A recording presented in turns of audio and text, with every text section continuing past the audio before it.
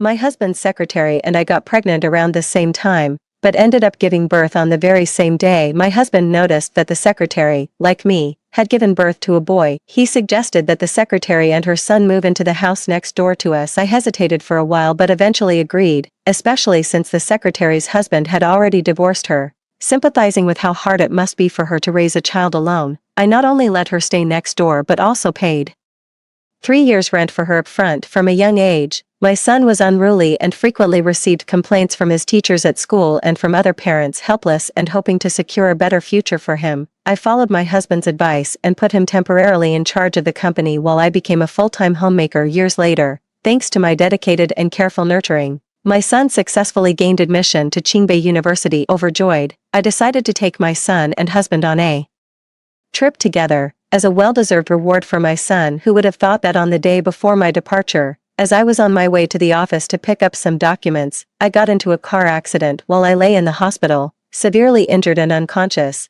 I could hear my son whispering clearly in my ear. It turned out he wasn't my son, but the illegitimate child of my husband and his secretary back then. My secretary and I gave birth at the same hospital, taking advantage of my weak and unconscious state. My husband secretly swapped our sons while I was raising the illegitimate child to success. My real son was being cruelly beaten by the secretary every day. Eventually, his legs were broken, leaving him permanently disabled and unable to stand. After the illegitimate child was admitted to a top university, my husband and the secretary sold my real son to northern Myanmar, where his organs were harvested, leading to his death. After revealing all the truth to me, the illegitimate child reached out and removed my oxygen tube. I suffocated and died. Before dying, I swore that if I could live again, I would personally swap my son back and give him the best life possible.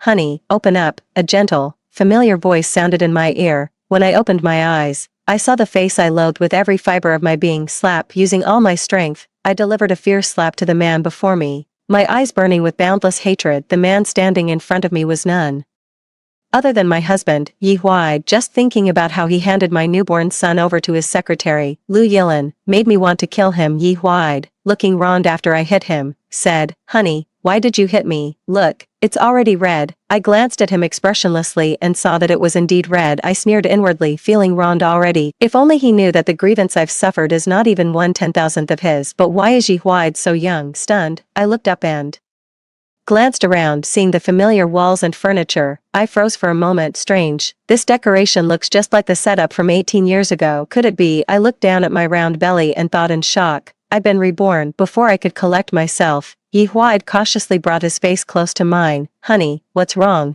Is the baby kicking you? Or are you in a bad mood?" Looking at his hypocritical, nauseating face, I couldn't help but want to slap him again. In my previous life, his personal secretary Lu Yilin and I got pregnant around the same time. Our due dates were nearly a week apart, yet we ended up giving birth on the same day. After delivering the baby, I immediately passed out from exhaustion. When I woke up again, Yi Huai was holding our child in his arms and said to me excitedly, "Honey, I have great news. Our child is a boy, just like little Lu. Don't you think we share a special bond with her?" I was taken aback for a moment, then smiled and said, "Yes, we do. Have you chosen a name for the child?" Yi Huai looked at the baby in his arms, who was staring with wide eyes, and smiled. "Don't worry, I've had it planned for a while. His nickname will be Yu, and his full name will be Yi Tian Yu, meaning protected by heaven, with a smooth and fortunate life." I nodded and smiled. "Not bad, though the name is quite common. The meaning is good," Yi Huai said proudly. "Of course, after all,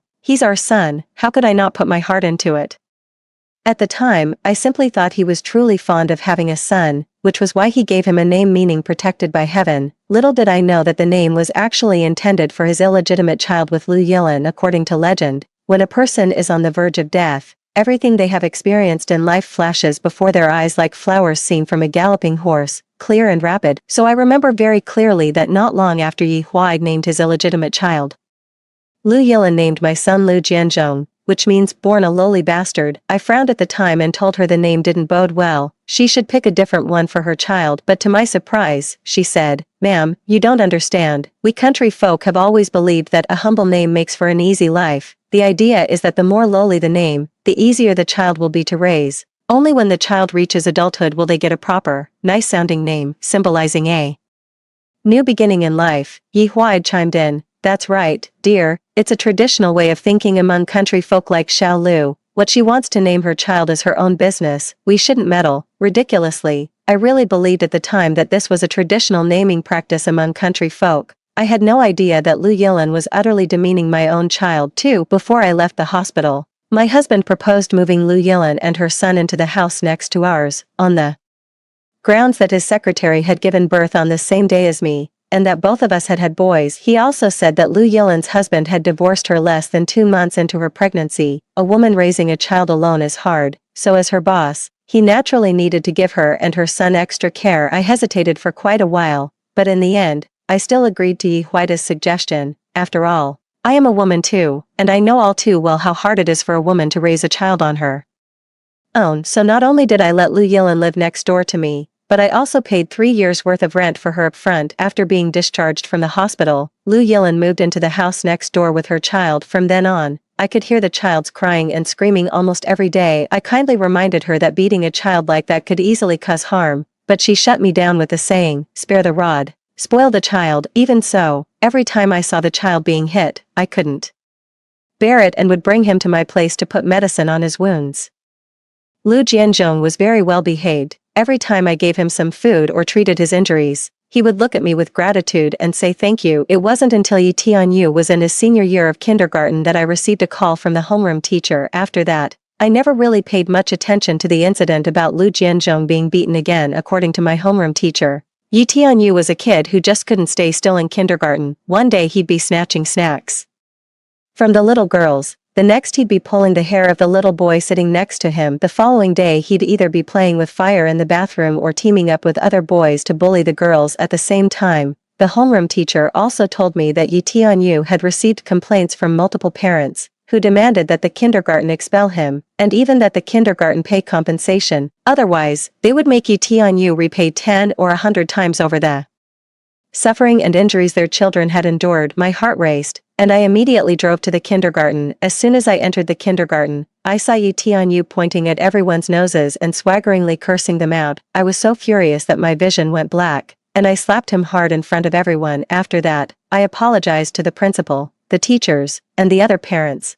and paid compensation, which finally settled the matter to prevent Yi Tianyu from continuing to bully others in the kindergarten. Yi Huaid suggested that I temporarily hand over the company to him so that I could stay home and properly discipline my son, hoping for a better future for my son. I agreed without a second thought. Yi Tianyu is an active child who can never sit still for more than 5 minutes in class. To help him develop the ability to sit quietly, I accompany him in 10 minutes of silent sitting every day. Every week, we add 10 more minutes, until he is able to sit quietly for a full hour. Since he struggles with learning, I bought a large amount of study materials online every day. I made time to do half an hour of exercises with him until we had completed all the questions for his grade level. Under my day-to-day, meticulous guidance, Yi Tianyu's grades quickly jumped from last in the class to the top 3. I was very happy, believing that this was the result of his diligent efforts every day. When Yi Tianyu turned 18, through his own hard work, he lived up to everyone's expectations and was admitted to Qingbei University. Standing below the stage, I looked up at the sunny, handsome, youthful face on stage, and tears of joy streamed down my face. After returning home, I told Yi Huaid the good news. Yi Huaid was also overjoyed and excitedly hugged Yi Tianyu. After the father and son finished talking,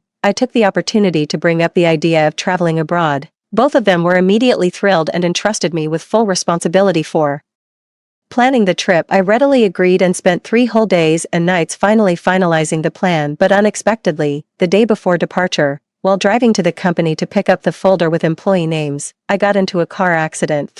I fell into a severe coma on the spot. When I regained consciousness, I was in a hospital room, with Yi Tianyu's devilish whisper in my ear, "You know what? Every time you forced me to study, I hated you. You knew full well I don't like studying, yet you still pushed me. Now, good for you. I got into Tsinghua and Peking University as you wished, and your retribution has finally come." "Mom, no, Mrs. Yi, you know what? I'm not actually your son. I'm the illegitimate child of Dad and Aunt Lu. They told me, back when you and my biological mother gave birth, my father swapped me with your real son, while you racked your brain every day trying to raise me into a success. Your own biological son, Lu Jianzhong, was being brutally beaten by my mother. What a pity. At the age of 14, my mother broke both of his legs, and he's never been able to stand up again since. The day I got into Tsinghua or Peking University and you were at school with me, your own son, Lu Jianzhong, was sold by my parents to Myanmar's Kokong region. By now, all his organs have probably been scooped out. So, Madam Yi, how's that for a shocking surprise? The only reason I'm telling you all this truth is because you raised me for 18 years.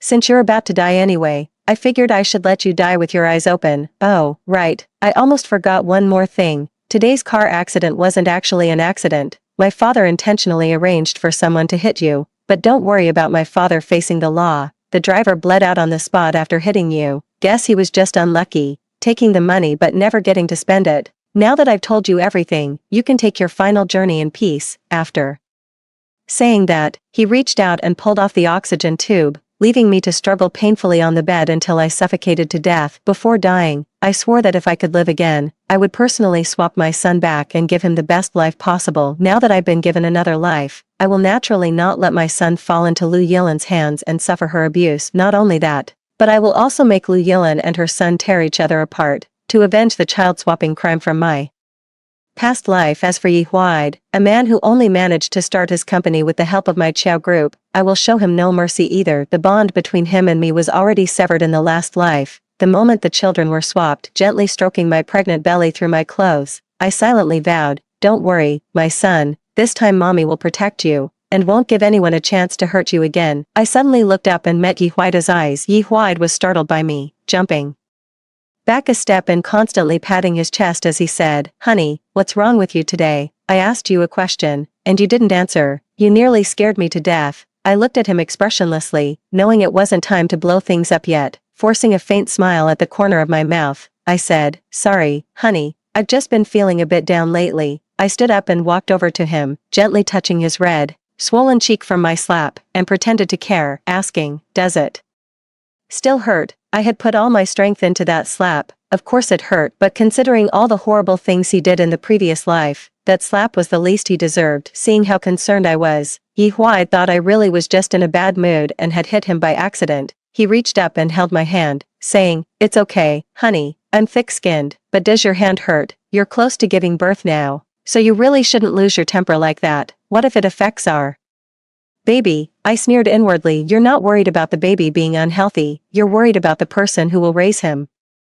I looked down, touched my bulging belly, and smiled. "Don't worry, honey, I'll be careful. Stop worrying so much. I can feel that our baby is very healthy. I'm sure he'll be a chubby little sweetheart when he's born." Yi Huaid wrapped his arm around my waist with a doting look, pulled me into his embrace, and spoke in a voice tinged with pleading, "Honey, in just 3 days, it'll be your and Xiao Lu's due date. I have to go on a business trip out of town for 2 days and can't be with you. How about I take you to the hospital right now, and bring Xiao Lu along too? What do you think?" For so it turned out, I had returned to this point in time in the previous life. Yi Huaid had said with certainty that both Xiao Lu and I would go into labor on the same day. Back then, I naively thought he was just worried about Lu Yilan, which was why he was talking nonsense. After all, Lu Yilan and I are only a week apart in our pregnancies. No matter how you look at it, I should give birth before her. But on the day of delivery, Lu Yilan gave birth at almost the same time as me. The only difference was that I had a natural birth, while she had a C-section. From this, it's clear that they had planned it all in advance. Otherwise, how could they have swapped my child so easily in this life? They will surely do the same as in the previous one, swap my child while I am weak and unconscious. Since that's the case, why not turn the tables and let them both believe the swap was successful? Smile tugged at the corner of my mouth as I said understandingly, "Honey, I've been thinking, although Xiao Lu's due date is a few days later than mine, her husband has divorced her, and she has no one around to take care of her. As a woman, I understand the difficulties we face. Besides, she's your secretary. Given what you've said, of course I agree. Let's go talk to Xiao Lu now. If it gets too late, it might delay your business trip." Yi Huaid seemed not to have expected that I would agree so easily, since my entire world revolved around him alone in the previous life. When Yi Huaid suggested picking up Lu Yilan to go to the hospital together, I directly refused. I remember what I said back then. I said that her due date was several days later than mine, so there was no rush to go to the hospital later. Yi Huaid coaxed me for a long time before I agreed to it. Although everything she said was siding with Lu Yilan, one thing she said was right, that is to say, since she and I are both women, and Lu Yilan is a single mother, Why make things difficult for her? But what I never expected was that my momentary softness would not only hurt my own son but also harm myself. Yi Huai looked puzzled for a moment, then took my hand and said with some excitement, "Honey, you're so understanding. I'll go get Xiaolu right now. Wait for me." Yi Huai rushed out eagerly, and because he was running too fast,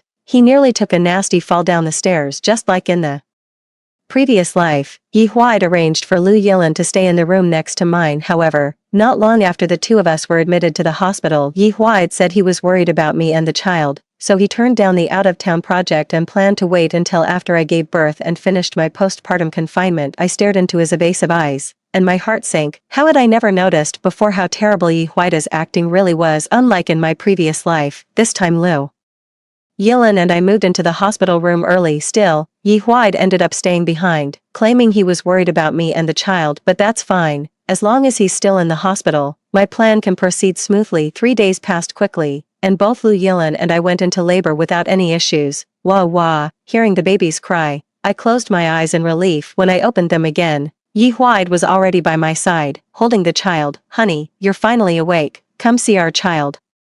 Don't you think he looks just like me?" I reached out to stroke the child's face, putting on a delighted expression as I said, "Isn't that right? Just look at his features. He looks exactly like you." I carefully studied the wrinkled, peacefully sleeping infant before me. I had to admit, Yi Huai's genes were incredibly strong. The child he had with Lu Yilan bore an 80 to 90% resemblance to him. How ridiculous that in my past life, I had resented his genes, complaining that our son looked just like him and hadn't inherited any of my good traits. Now I see, I was simply blind and foolish. If I had looked just a little more closely, I would have noticed that the child's nose didn't resemble mine or Yi Huai's at all. I have a slightly upturned straight nose, while Lin Huai has a Roman nose. There's no way we could ever have a child with a garlic-shaped nose. Only Lin Huai's secretary, Lu Yilan, has a 50% chance of giving birth to a child with a garlic-shaped nose.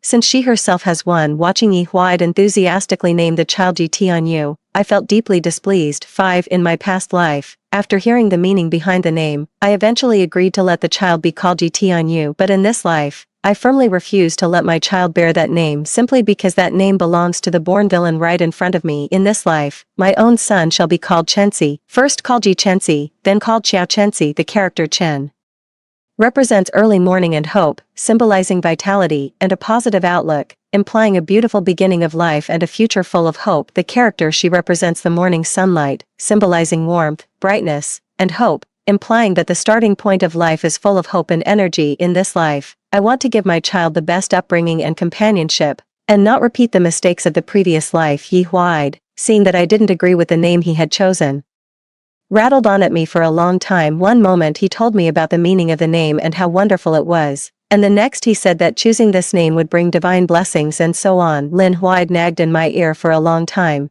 Seeing that I was firm and wouldn't budge, he impatiently asked me, "Then what name do you want to give the child for you to be satisfied?" I pretended to be loving as I touched my child's wrinkled little face and said softly, "Let's call him Yi Chenzi. May the child be full of vitality and hope in the future. As for the nickname, let's call him Anin, which signifies peace and safety. Yi Chenzi, Anin." Yi Huai murmured softly, then his eyes lit up as he praised. "Not bad, whether it's the formal name or the nickname, both are good names. Honey, you're really so talented. Yi Chenzi is great. Our son will be named that. Anin, do you like the name your mom chose for you?" I forced a bitter smile as I watched Yi Huai happily holding the child, repeatedly murmuring the 4 characters Chenzi Anin.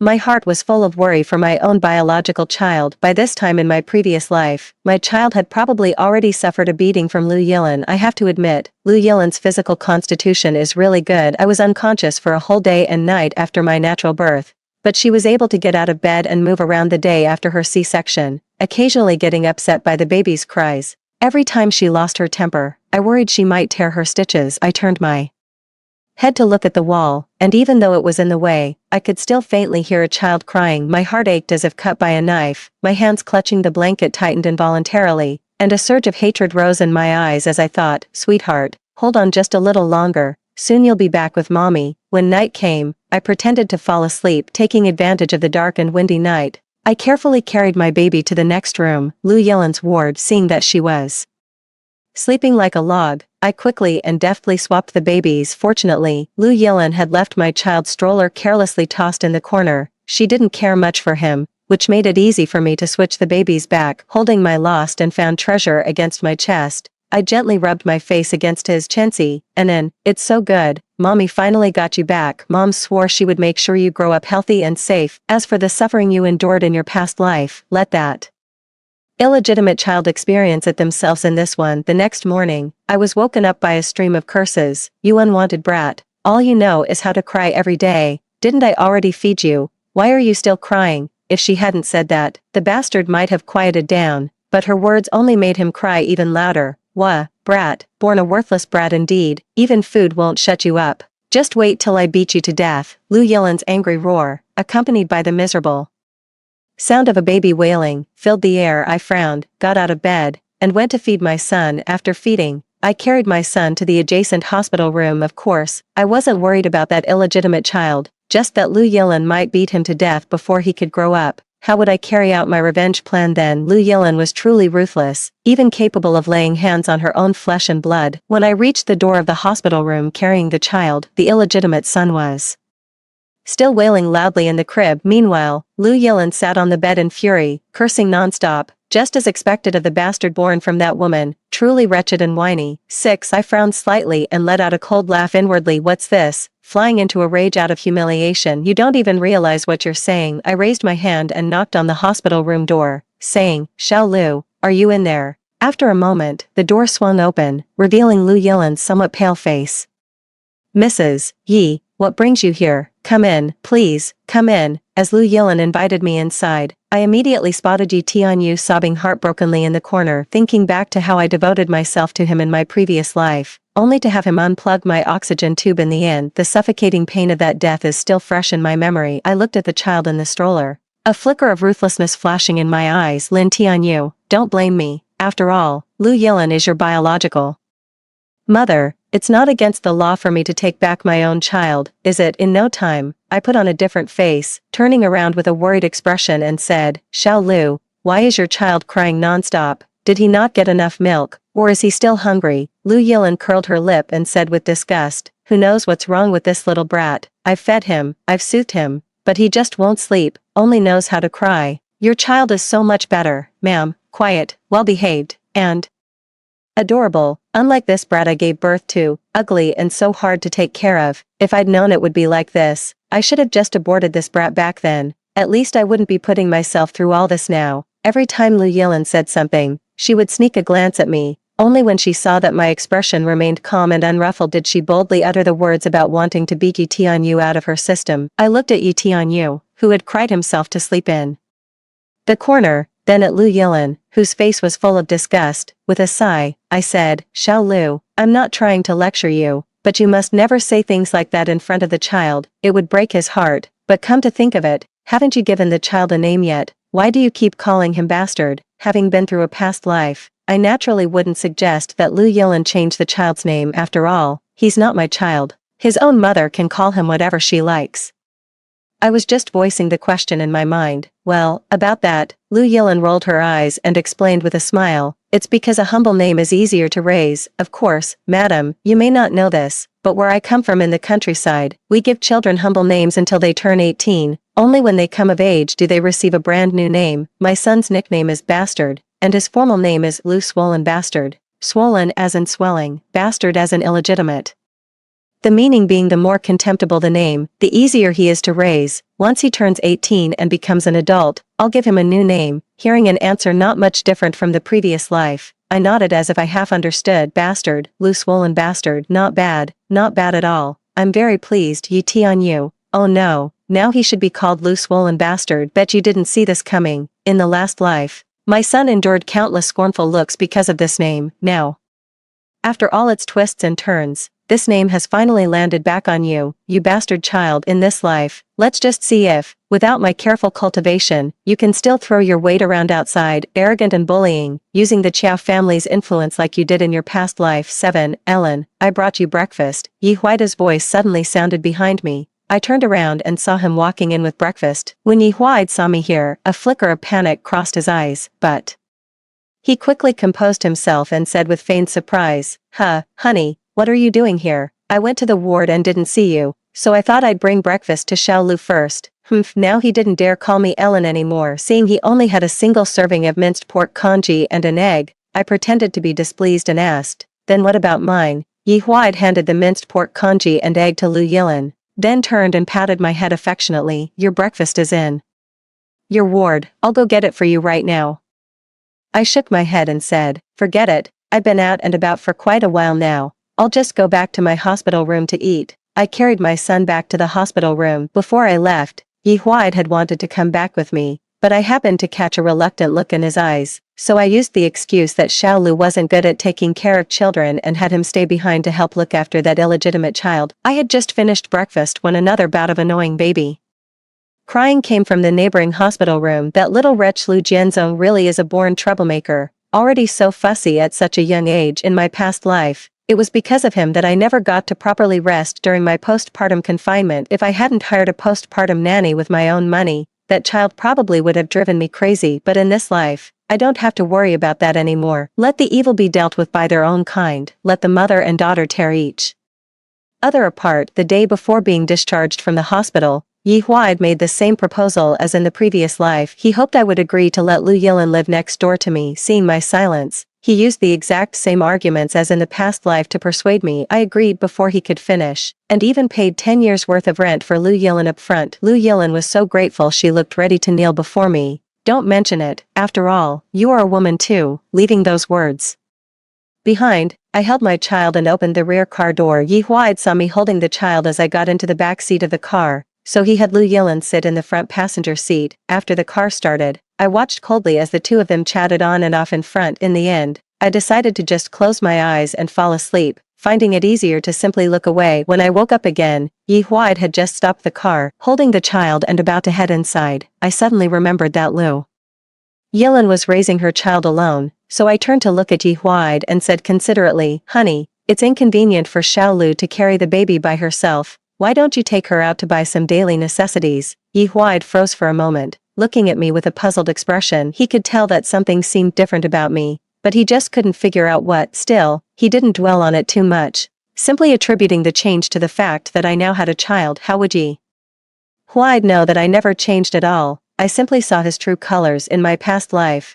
I chose to marry Yi Huai because I valued his management skills and the fact that he had never been in a relationship. He was a poor young man from the countryside, so marrying me naturally entitled him to an urban residency. After our marriage, to prevent my parents and relatives from looking down on him, I took the initiative to invest and help Yi Huai establish his own company. Yi Huai was also very good to me, caring and protective. Holding me in the palm of his hand, he asked me to hand over the Chiao family business to him and become a housewife, fully devoted to raising that illegitimate child. I trusted him deeply and, after only a moment's hesitation, placed the Chiao family company under his management. Little did I expect that 18 years later, Yi Huai would bribe a truck driver to take my life, and the illegitimate child I had painstakingly raised would end up pulling out my oxygen tube. Even my own biological son was sold by Yi Huai and Lu Yilin to northern Myanmar, where he was stripped of all his organs and died. I can only say that this is my retribution for misjudging people. In this life, I have successfully exchanged my child back, so Yi Huai will never be able to lay a finger on my Chiao family's company again. 8 Thump, thump. Hearing the knock on the door, I finally snapped back to reality from the memories of my past life. But as soon as I opened the door, I saw the pitiful-looking Lu Yilin. The hatred in my eyes disappeared in an instant, and I asked in as calm a tone as I could manage, "Xiao Lu, is there something you need?" Lu Yilin asked pleadingly, "Madam, do you have any extra baby formula at home? I just got back from the hospital and haven't had time to buy formula yet. The little brat at home is crying out of hunger and still hasn't calmed down. It's really annoying." I thought for a moment, then nodded and said, "Yes, I'll go get it for you right away." Although I knew that Yi Huai had already gone out to buy formula for that illegitimate child, he still hadn't returned yet, so I took 2 cans of the formula he had bought earlier and gave them to Lu Yilin. Lu Yilin looked at the big-name domestic formula in my hands and quickly declined. "I can't accept this, madam. How could that little brat of mine deserve such good formula? Do you have any other formula at home? If not, even plain soy milk powder would do." I frowned slightly and pretended to be annoyed. "Take it or leave it. It's your son going hungry, not mine. Think about what kind of household we are. Why would we ever give soy milk powder to a child?" Lu Yilin blushed with embarrassment because she knew what I said was true. Before marrying Yi Huai, I was already the heiress of a prominent and wealthy family. Breakfast, lunch, and dinner at home were all freshly prepared by the nanny, and the best domestic formula was given to the child. There was no way we would have soy milk powder on hand. Just as she was at a loss for what to do, her phone suddenly rang. Boss, I see now. I bought the formula. Thank you so much. Lu Yilin hung up the phone and said to me, Madam, thank you for your kindness. The shop owner already helped me buy the formula. I'll go check on my child first and visit you again next time. I looked at her coldly and said, fine, then go back quickly. If you don't, your son might cry himself unconscious in the stroller. Lu Yilin smiled and said, he won't. I'm going right now to make him some formula. After Lu Yilin turned around, a hint of glee and malice flickered in her eyes. I ignored her and slammed the front door shut. After entering the house, I quickly put the 2 cans of formula back in their original place. In my previous life, Lu Yilin had also come to me for formula at this exact time. Seeing how hard it was for her to raise a child alone, I gave her 2 cans of formula, but then she said she only needed regular soy milk powder instead. I didn't know the child had been switched back then, and thinking she couldn't afford enough for the baby, I forced 2 cans of formula on her. As a result, half a month later, when Yi Huide went out to buy formula, he came back with 2 extra cans. When I asked him what was going on, he just said the baby store was running a promotion. Buy 6 cans, get 2 free. I didn't suspect anything at the time and genuinely thought the baby supply store was running a promotion, having lived a second life. There was nothing I couldn't understand. Those 2 cans of formula were exactly what Lu Yilin had returned in my previous life. Not long after I forced the formula on her, Yi Huide went and bought her the same ones in this life. I deliberately got angry at her just to buy time since she's going to return them to me in the end anyway. Why even give them to her? I might as well save them all for Mayan and 9. Over a month later, I was done with my postpartum confinement and taking in and out for a walk. Anan is truly my own son, perfectly inheriting my excellent genes. Look at his eyes, his nose, his mouth. Every feature resembles me so closely, especially his routine, eating when it's time to eat, playing when it's time to play, and sleeping when it's time to sleep. He's so much better behaved than Yi Tianyu. Oh, no, I mean Lu Jianzhong. Compared to Lu Jianzhong, he's many times more well-behaved. In my past life, when he was still Yi Tianyu, Lu Jianzhong gave me no end of trouble during the postpartum month. After feeding him, I had to hold him the whole time. I couldn't put him down for a moment, or he would cry at the top of his lungs without stopping. I don't know if he was made of water, crying every day and still having tears to shed each time. Sure enough, those who aren't your own flesh and blood can never truly be raised to be close to you. Wah wah. Hearing a burst of crying up ahead, I narrowed my eyes slightly. This crying sound was all too familiar to me. Wasn't that just the wailing of that swollen scoundrel Lu? I looked down at Anan, who was staring at me with big, happy eyes, and gently pinched his cheek. Let's go, Anan. Mommy will take you to see how your half-brother, the illegitimate child, is doing. Clicking along in my high heels, I strode forward with long, quick steps. As I got closer, I saw Lu Yilin with her back to me, angrily spanking Lu Jianzhong's bottom while cursing under her breath. You little bastard, can't you just be quiet for a moment? All day long, all you do is cry, cry, cry. Didn't I already feed you? What more could you possibly want? A smug smile curled at the corners of my mouth. Oh ho, Lu Jianzhong. Oh Lu Jianzhong, this was your own mother who hit you, so you can't blame me for that. In the past life, my own son took the blows for you. In this life, I hope you managed to grow up alive under your mother's beating stick. When I'd had my fill of the drama,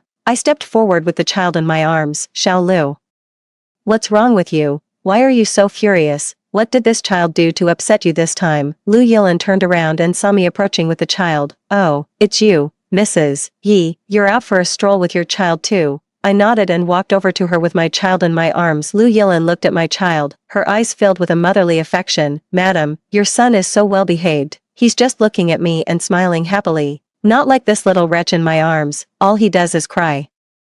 Nothing else, not the least bit good. I don't know where he finds so many tears, day in and day out. I pretended to be concerned and said, I think your child is quite energetic. Do you think he might not be getting enough to eat? After all, my Anan always falls right asleep after a full meal. Lu Yilin glanced sideways at the baby in her arms, her face full of disdain. Who knows? Maybe he's full of himself with nothing better to do and is just trying to spite me. I don't know whose genes This little wretch inherited, 1 look and you can tell he's no good, 10 not bad at all, at least she knows this child is no good. I just wonder how wonderful her expression will be when she finds out this child is her own son. I looked down at the baby in her arms, seeing him glare at Lu Yilin with such malice. I thought I was seeing things. I blinked, and then saw him suddenly turn his head to glare venomously at Anin in my arms. I narrowed my eyes, studying Yi Tianyu with a scrutinizing gaze.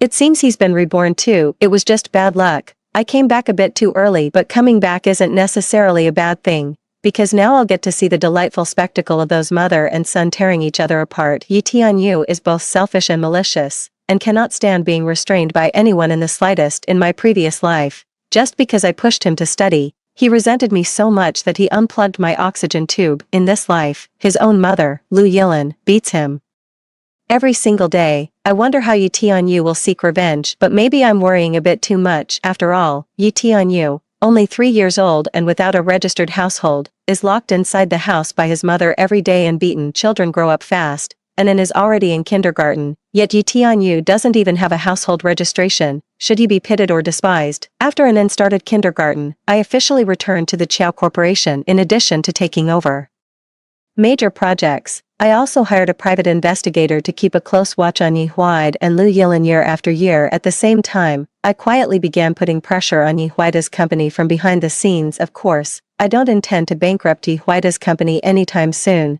This game needs to be played slowly. 3 more years passed, and Anin was already in preschool, with just 1 year left before elementary school. On Saturday, as I was about to take Anin to the amusement park, I unexpectedly ran into Lu Yilin and her son at the entrance. After Lu Yilin gave birth to her child, she never went back to work at Yi Huide's company, knowing that I only come home on Saturdays and Sundays to be with Anin. She often brought Yi Tianyu over to my house on those days. Lu Yilin smiled and took out a few pieces of candy from her pocket, handing them to Anin. Anin, here's some candy from your mom, from your aunt. Take it. Anin glanced back at me, and only after I nodded did he accept the candy from Lu Yilin, saying obediently, "Thank you, Auntie." Watching Lu Yilin's doting expression toward Anin, I couldn't help but feel overjoyed inside. Of course, I wouldn't stop Lu Yilin from being kind to Anin, since she still thought Anin was her son. Little did she know that Lu Jianzhong beside her was actually her real son. From the moment Lu Yilin and her son entered, I kept a constant watch on Yi Tianyu's every move. Although Yi Tianyu was only a 6-year-old child, he had already awakened memories of his past life, with the mindset of an adult in his mind, so I couldn't let my guard down and had to keep a close eye on him. But the moon waxes and wanes, and the affairs of this world are unpredictable. In the short time it took me to go to the kitchen and brew a cup of lemon tea, Anin was pushed down by Yi Tianyu. Startled,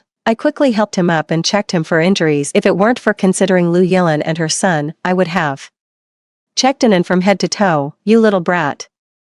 Why did you push Anin? Stretch out the hand you used to push him, and let me teach you a lesson." Seeing that Lu Yilin was about to hit Yi Tianyu again, I quickly asked the nanny to take Anin back to his room. I watched coldly as Yi Tianyu wailed from the beating, unconsciously clenching my fists. Fortunately, Anin only had a scraped leg, otherwise, I would never have let Yi Tianyu off today. Lu Yilin, holding a rolling pin, kept glancing at my expression as she struck, as if putting on a show for me. Seeing me staring expressionlessly at Yi Tianyu, she hit even harder. 11 In my past life, I couldn't bear to see a young child covered in bruises, so I often stood in front of the child to protect them, because my child, even after being tormented by that vile woman Lu Yilin, remained kind-hearted from beginning to end. In this life, I am not that foolish. A born troublemaker like that is not worthy of my sympathy. Yi Tianyu only drank Lu Yilin's breast milk for a few days after he was born. After being discharged from the hospital, he could only drink soy milk powder, often going hungry or eating only a little, so thin he looked like a little monkey, with perhaps only a tiny bit of flesh on his bottom. Looking at that small, frail body covered in bruises, my heart felt not a single ripple of emotion. Instead, I felt a hint of excitement. Go on, hit him a few more times. It would be best to cripple him right now. Thinking about how in my past life, my child's legs were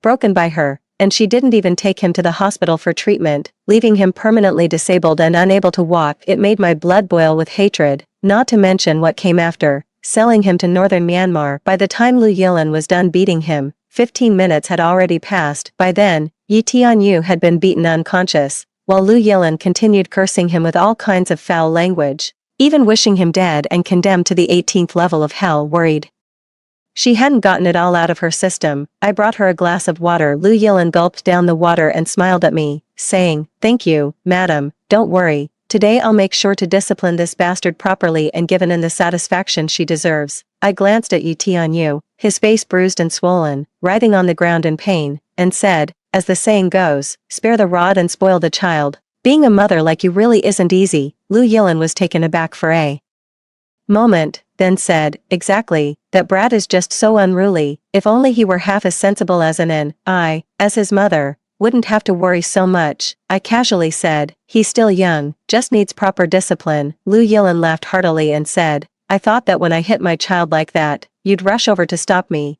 I waved my hand indifferently and said, you weren't hitting my son, so why would I stop you? Right. I was hitting my own little brat, not your son. Lu Yilin continued cursing Yi Tianyu for about 10 more minutes, then angrily grabbed him by the leg and dragged him out. After they left, I immediately called the nanny to clean the floor and asked her to spray extra disinfectant, just in case my son might catch any unclean germs. In the blink of an eye, summer passed and winter arrived. That day, Lu Yilin came to my house as usual. As Yi Tianyu walked in and saw the bread in Anin's hand, he lunged at her like a starving stray dog and snatched it away. Before Lu Yilin's stick could come down, I quickly grabbed Anin and dashed out. Lu Yilin's eyes turned red with anger, and she immediately pulled out the stick she always carried and struck him with it. You little wretch. Have I ever starved you or let you go thirsty? How dare you snatch Anin's things? Spit it out right now. Do you hear me? When I came back, Lu Yilin's stick was still falling relentlessly. When Yi Tianyu saw me, he looked as if he had found a savior. He scrambled over to me on all fours, grabbed my clothes, pointed at Lu Yilin, and shouted, Mom, save me, that wicked woman is trying to beat me to death. Lu Yilin froze, unable to believe what she heard. What did you say? Thinking her plan had been exposed, Lu Yilin stood rooted to the spot, stick in hand, not moving an inch. I coldly dragged Yi Tianyu in front of Lu Yilin, pointed at her, and said, you've mistaken the person. I'm not your mother. This is your real mother. After saying that, I turned and left, completely unconcerned about whether Yi Tianyu lived or died. It was already mid-December, and the temperature outside had dropped to several degrees below zero, yet Yi Tianyu was only wearing a long-sleeved autumn shirt and a summer jacket. No matter how Yi Tianyu tried to protect himself, he couldn't avoid the pain of the stick striking his body. Even when Yi Tianyu was beaten to the brink of death, I remained unmoved. Lu Yilin let out a breath, casually tossed the stick to the ground, and smiled at me, saying, Mrs. Yi, I'm really sorry for making a scene in front of you. This brat has been like this since he was little, just like a stray dog, never able to get enough to eat. The real problem is that I haven't beaten him enough, otherwise, he wouldn't dare steal Anin's bread. 12. Why isn't he getting enough to eat? Isn't it because you didn't give him any food? Look at those thin little arms and legs. He's skinnier than a bamboo pole. It's really his own fault. Who told him to dare take my son's things? I said coldly. Then you'd better discipline him more. If I hadn't taken Anin away in time, he might have dared to take Anin's things as well. Anin is upset right now, so I need to go comfort him. I won't keep you and your son company any longer. It's true that he's upset. Having seen his own bread being snatched with his own eyes, anyone would feel upset. Lu Yilin became even more furious upon hearing this. She picked up a stick from the ground and gave Yi Tianyu another severe beating. You filthy brat, you're nothing but a born wretch. How dare you snatch Anin's bread? I'll beat you to death today. Yi Tianyu curled up from the beating. His scrawny, bony body was covered in large patches of bruises and purple marks, but his eyes remained vicious and full of resentment, as if he wished he could tear a chunk of flesh off Lu Yilin. Shortly after I left, Yi Huai brought Anin over. As soon as Lu Yilin saw Anin, she immediately put away the stick in her hand, overjoyed as she picked up Anin and hugged him affectionately. Yi Huai ignored Yi Tianyu lying on the ground, turned to me with a smile, and said, see, my dear, isn't Anin truly meant to get along with Auntie Lu? Look at them, they act like biological mother and son. I frowned slightly, with a hint of displeasure on my face. What the hell did Yi Huai mean by that? Was he hinting and reminding me that Lu Yilin was Anin's biological mother? I had heard the exact same words in my previous life. But back then I thought Lu Yilin genuinely liked Yi Tianyu, so I didn't carefully consider the implications behind those words. Unfortunately, in this life, I am destined to disappoint them. Anin is my own biological son and has nothing whatsoever to do with Lu Yilin. I clapped my hands with feigned delight. Honey, you're right. Xiao Lu and Anin really do get along like mother and son. Speaking of which, Anin needs a tablet for his online classes this winter break, since you say he and Xiao Lu are so fated, then let Xiao Lu pay for the tablet. Yi Huai frowned slightly and glared at me with displeasure. How can we ask someone else to pay for our own child's things? Didn't I already give you 50,000 yuan this month? Spend it all already. I put my hands on my hips and said angrily, I put all the money in the bank. I can't take it out right now. If you won't buy it, fine, and then, let's go back to our room. I picked up my son and turned to leave, but Lu Yilan got anxious. I'll buy it, it's just a tablet, isn't it? What brand doesn't Anan want? I'll place the order right now.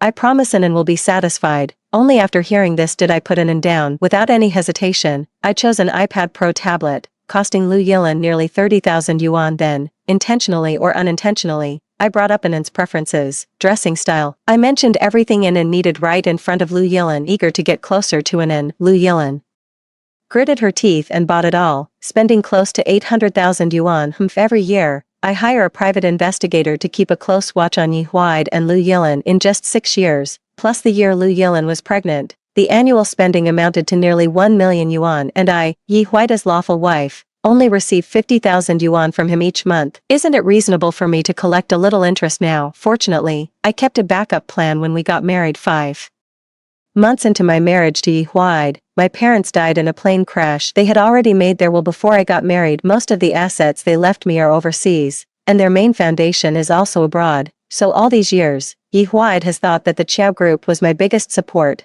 never knowing that Chiao's foundation has always been outside the country. For the past 3 years, I have been preparing to take revenge on Yi Huai. Now, at last, I can focus wholeheartedly on taking care of Anan at home. Yi Tianyu, lying on the ground ignored by everyone, looked venomously at Anan in Lu Yilan's arms. I pretended not to see it, but I believed he would make a move soon. 13. While Lu Yilan and Yi Huai took Anan out, Yi Tianyu struggled to his feet from the ground, limped over to me, and tugged at my clothes. Mom, you know what? I should be your son. That kid called Anan is the real bastard. I looked at him in astonishment. What nonsense are you talking about, kid? My child has always been Anan. How could it possibly be you? Besides, you don't look like me at all. Why should I believe you're my son? Seeing my reaction, Yi Tianyu didn't panic in the slightest. Instead, he breathed a sigh of relief. Not too bad. It seems I'm the only one who came back. I pretended not to have heard his muttering and asked, puzzled, what did you say? Yi Tianyu finally looked up at me. Nothing, Mom, listen to me. I really am your son. Yi Tianyu told me everything that happened before the college entrance exam in his previous life, only changing the events after the exam. My face darkened, and I felt that Yi Tianyu truly had a knack for twisting the truth. In the previous life, it was he who had pulled out my oxygen tube, causing me to die from suffocation, yet he made it sound like I had gotten into a car accident and lost my memory trying to save him. After listening to everything he said, I asked, so you mean that you and Anan were swapped at birth by my husband? That's right, exactly. Yi Tianyu hugged my arm tightly, his tone fierce. So, Mom, according to the original path, I should be your son, and that Anan is the unwanted bastard. My expression gradually turned cold, my gaze icy as if tempered with frost, sending a bone-chilling dread through anyone who saw it. Yi Tianyu's legs went weak from my stare, his body trembling uncontrollably. Seeing his reaction, I sneered. If that's the case, then Anan is my son, and you are Lu Yilan's son. How dare you call my son a bastard to my face? Wait here, I'm going to go call your mother in right now. I stood up and bolted outside. Yi Tianyu couldn't catch me even if he tried. With his current physical condition, he couldn't outrun me, let alone Anan. Seeing the 3 of them playing in the yard,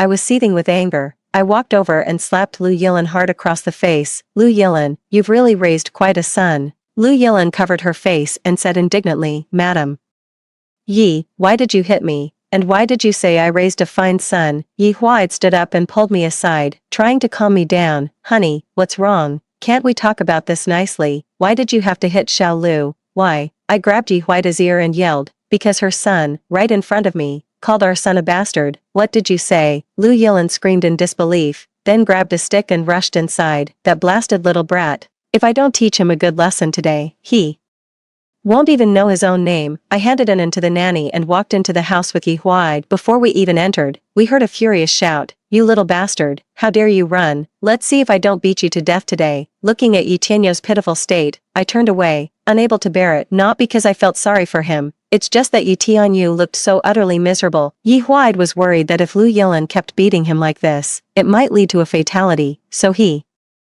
told her to take Yi Tianyu home and continue the beating there. Hearing this, Lu Yilin stopped and took Yi Tianyu home. Unsurprisingly, the days ahead would not be good for Yi Tianyu. 14. As the days went by, the sounds of wailing and screaming from next door continued without end. It was easy to imagine just how miserable Yi Tianyu must have been with 1 month left until the spring festival. I told Yi Huai that I was going to become a housewife and decided to hand over the Chow Group, which was under my name, for him to manage. Yi Huai was overjoyed and didn't even bother to look at what contract I had him sign that day. I took in and out to buy new clothes, but while at the mall, I came across a video of domestic abuse. The video clearly showed the entire process of Lu Yilin brutally beating Yi Tianyu. Within an hour of being uploaded, the video had already received tens of thousands of comments. Oh my god, is this really his biological mother? How could anyone hit a child like that? How is that a real mother?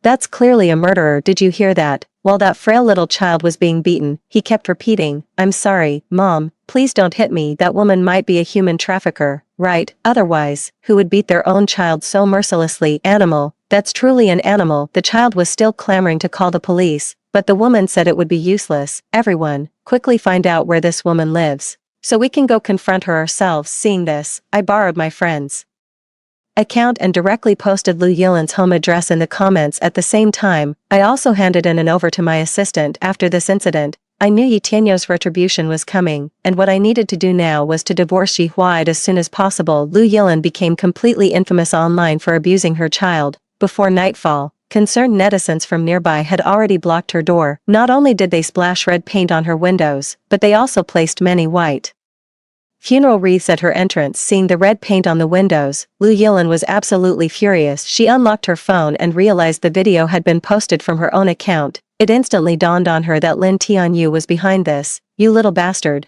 I feed you, I clothe you, and you dare to plot against me. I'll beat you to death today." Lu Yilin went completely mad. Her bloodshot eyes like those of a furious beast. She not only grabbed a rolling pin as thick as an arm and brutally broke Yi Tianyu's hands, but also smashed it fiercely against his legs. Lin Tianyu's piercing, agonizing screams instantly echoed through the entire hallway. Just then, the concerned netizens outside the door, who hadn't left yet, heard Yi Tianyu's screams and immediately broke the door down. "You crazy woman, you dare hit a child again? Are you even his real mother? My god. What kind of mother would go this far to brutally harm her own child? Poor child, call 120 right now." I anxiously pushed through the crowd, and when I saw the scene before me, I pointed at Lu Yilin and pretended to be angry. "Lu Yilin, have you lost your mind? He is your own son. How could you treat him like this?" My eyes were bloodshot as I glared at her, as if I were truly a loving mother heartbroken for her child. Lu Yilin saw the pain in my eyes and thought I was genuinely concerned for the child. She sneered, "Mrs. Yi,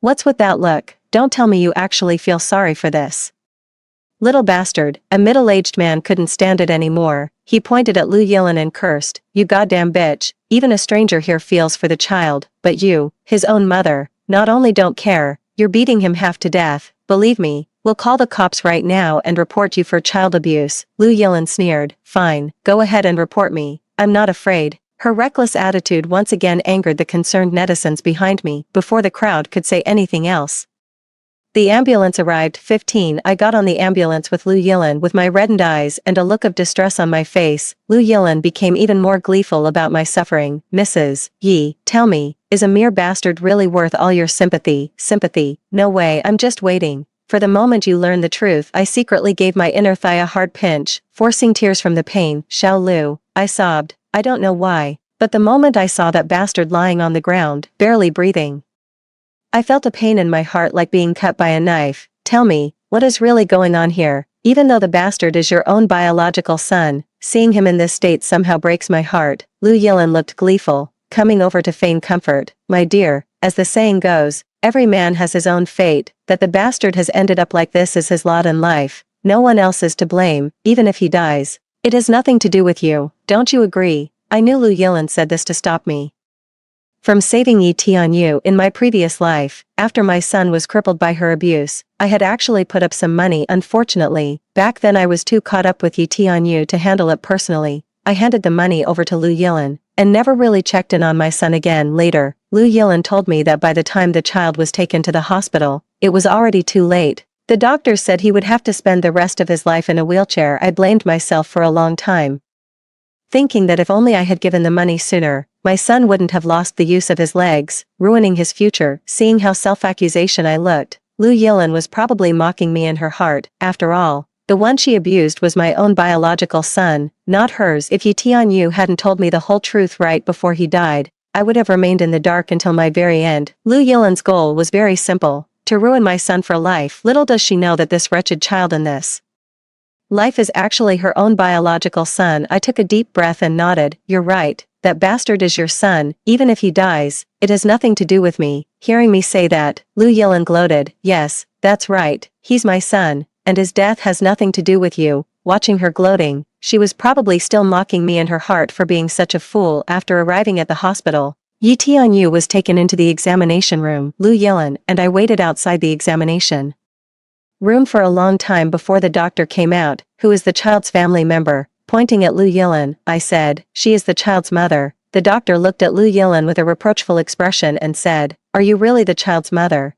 Do you know that not only are your child's arms and legs broken, but 2 ribs are also fractured? In addition, he has severe uremia and urgently needs a kidney transplant. Without timely treatment, his life could be in danger at any moment. You need to go for a tissue matching test right away to see if your kidney is suitable. Here is the payment slip. You can pay after the test. Lu Yilin said expressionlessly. I don't have any money. Do whatever you want. If you don't treat him, let him die. The netizens who had just arrived happened to hear her last 2 remarks and were instantly enraged by her cold attitude. Are you even human? He is your own flesh and blood. Lu Yilin said impatiently. Since you know he's my biological son, what does his life or death have to do with you? If you're so capable, go save him yourself. I'm not saving him anyway. Lu Yilin plopped down on the bench, wearing an expression that said, I'm not saving him. What are you going to do about it? You. That netizen was so furious his eyes seemed about to burst. He raised his foot to charge at Lu Yilin, but the people beside him stopped him. Enough. Don't get so angry, right now.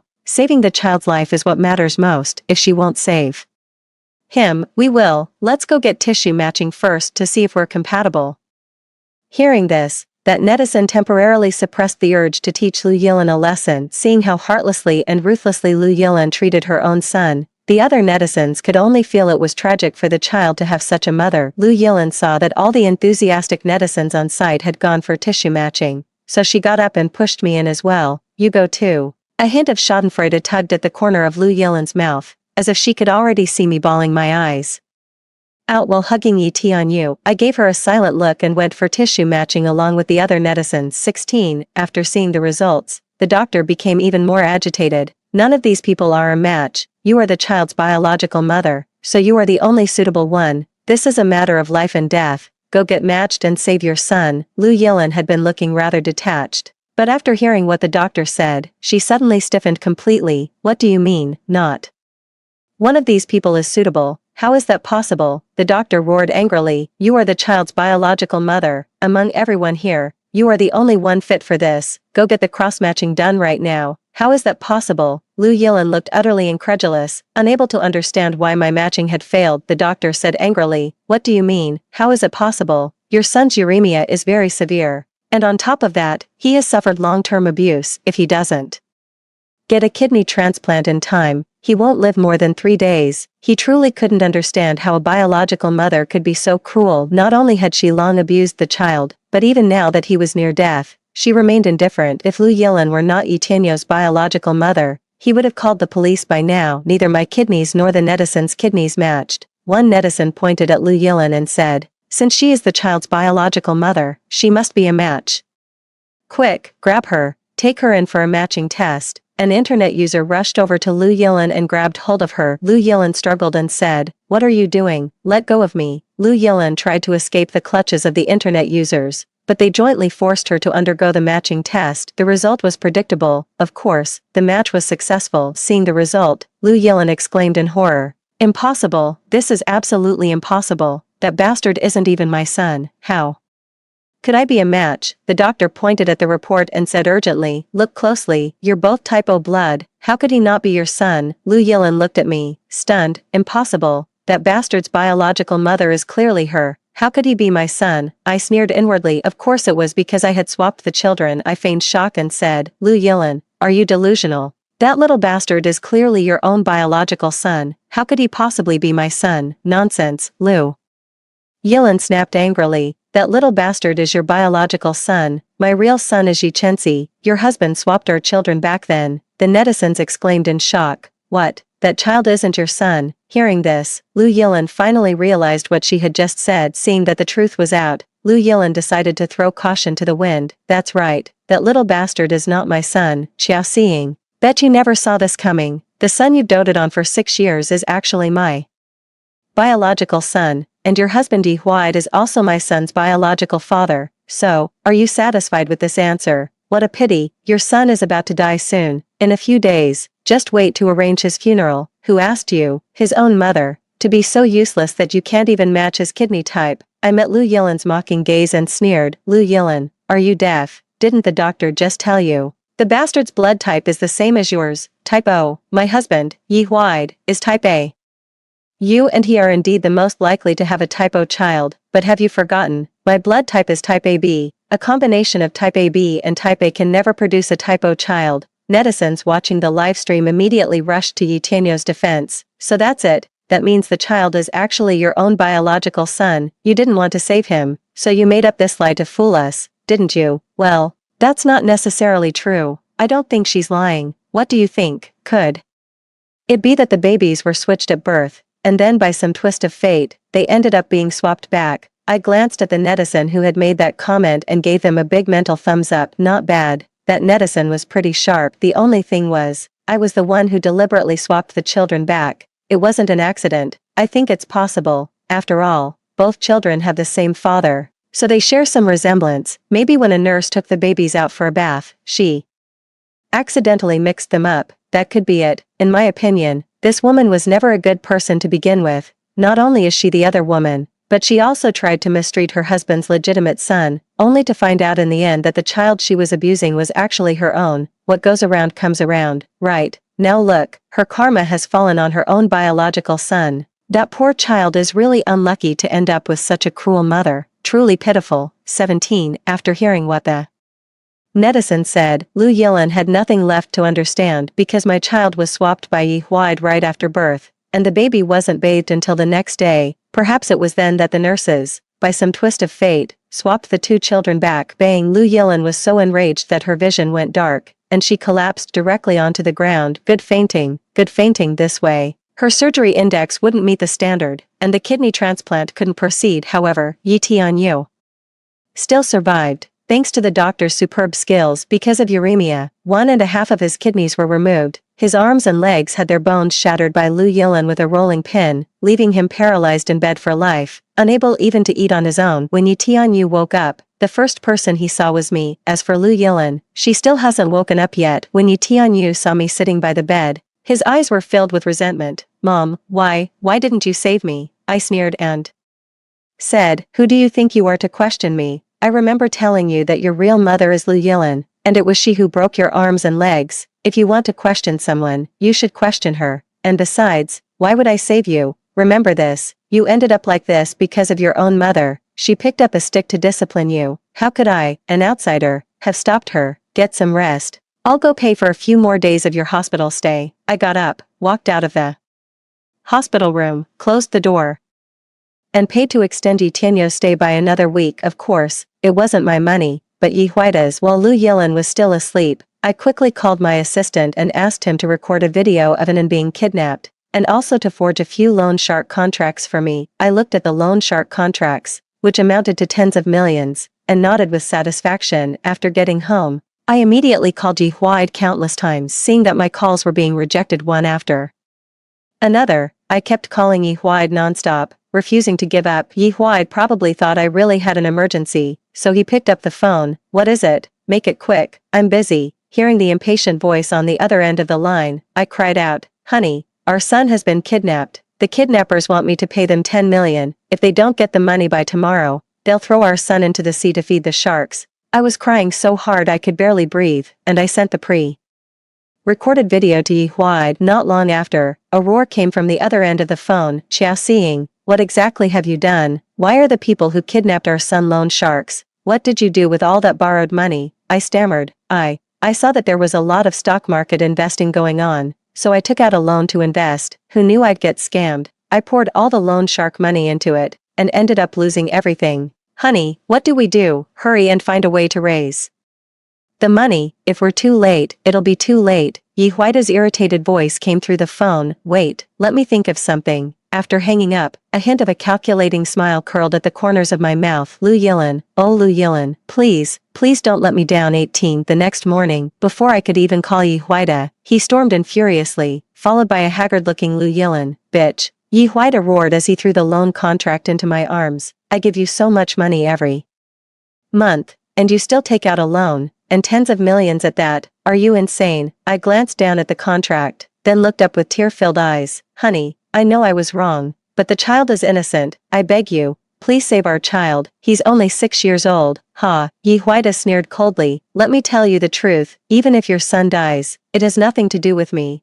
After all, I still have the son Yilan gave me. As for Yi Chenxi, I will never save him. Sign the divorce agreement.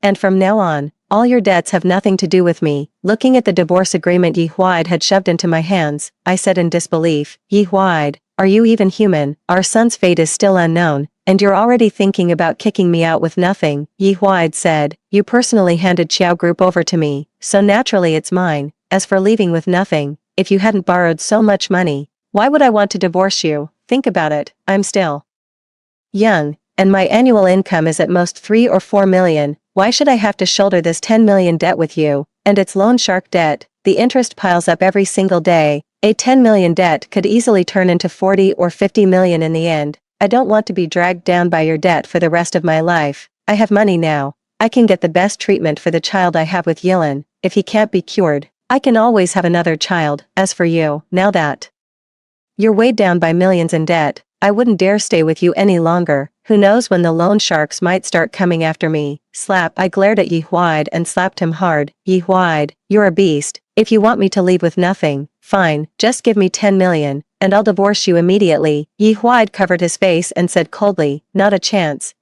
I was so angry that I wanted to slap him again, when suddenly my phone rang. My assistant's voice came through the receiver. I'm sorry, Mrs. Yi, but since you failed to comply with the agreement in time, we have no choice but to say goodbye to you and your son. I shouted desperately. No, please, wait a little longer. Don't hurt my son. The call ended instantly, and only a video was sent to my phone. My hands trembling, I lost my grip and the phone fell to the ground. Tears streamed down my face like a broken string of pearls. Yi Huida picked up the phone from the ground. In the video, the small body was thrown off a cliff, and before falling completely, it kept crying out for its mother. Lu Yilan looked at me gloatingly and said, oh, this child is really pitiful. Even though his own mother cared for him for 6 years, in the end, she was the one who caused his death. Shut up, I roared like a madman. Lu Yilan, it's true that I caused my own son's death, but you're no better than me. Don't forget that every wound on that bastard's body was inflicted by you. Shut your mouth.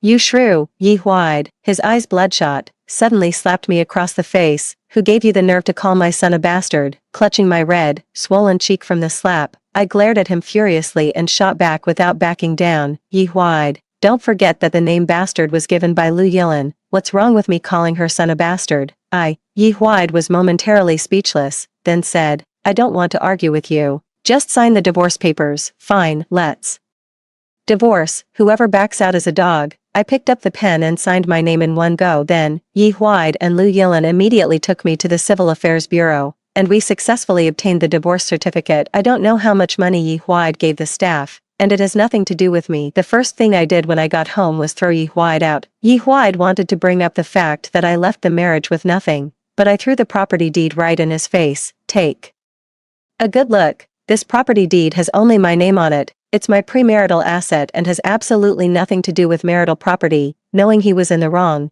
Yi Huida finally slunk away with Lu Yilan. I cleared out all of Yi Huida's things as quickly as I could and threw them into the trash bin outside. Then I packed up everything belonging to Anan and me and sold the house at a low price. After that, I called the landlord next door, explained the whole situation to him, and he reasonably refunded the remaining 4 years of rent anyway. It looks like Lu Yilan will be living with Yi Huida from now on. Back then, I helped pay the 10 years rent just to watch her cruelly abuse her own biological son. After the house was sold, I had my assistant fly a private plane to ship most of my luggage abroad. I secretly sighed with relief that my assistant had a private pilot's license, otherwise, I really wouldn't have been able to handle the luggage so quickly. As for me, I stayed in the country to keep a close eye on what Ji Huide and Lu Yilin were up to.